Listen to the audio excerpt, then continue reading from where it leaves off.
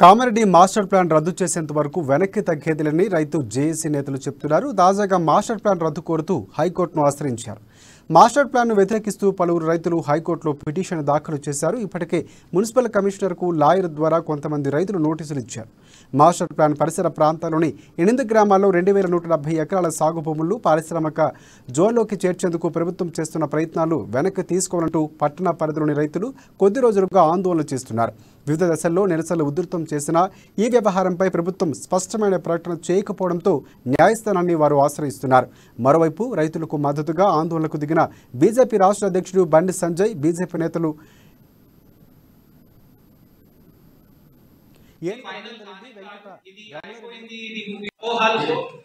Non bailable సెక్షన్ల కింద కేసులు నమోదు చేశారు.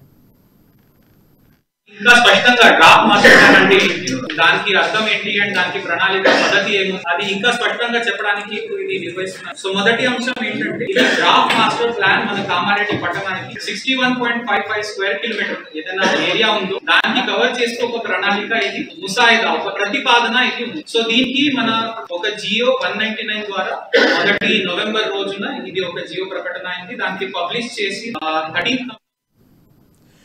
ఇక ప్రస్తుతం ఇబ్బంది ఇచ్చింది డ్రాఫ్ట్ ప్లాన్ మాత్రమేనంటూ రైతులు ఆందోళన చెందవలసిన అవసరం లేదని కూడా కలెక్టర్ అంటున్నారు. జనవరి 11 లోపు మాస్టర్ ప్లాన్పై ఉన్న అభ్యంతరాలు తమకు తెలియజేయాలని, అన్ని పరిశీలించి పునరాలోచన చేస్తామని కూడా చెప్పారు.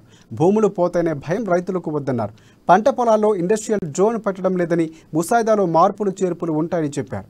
రైతులకు అనుమానాలను కలెక్టర్ ఆఫీసులో నివృత్తి చేస్తామని చెప్పారు. ప్రభుత్వ ఆస్తులపై దాడులు చేయడం సరికాదని, అలా చేస్తే చర్యలు తప్పవని స్పష్టం చేశారు.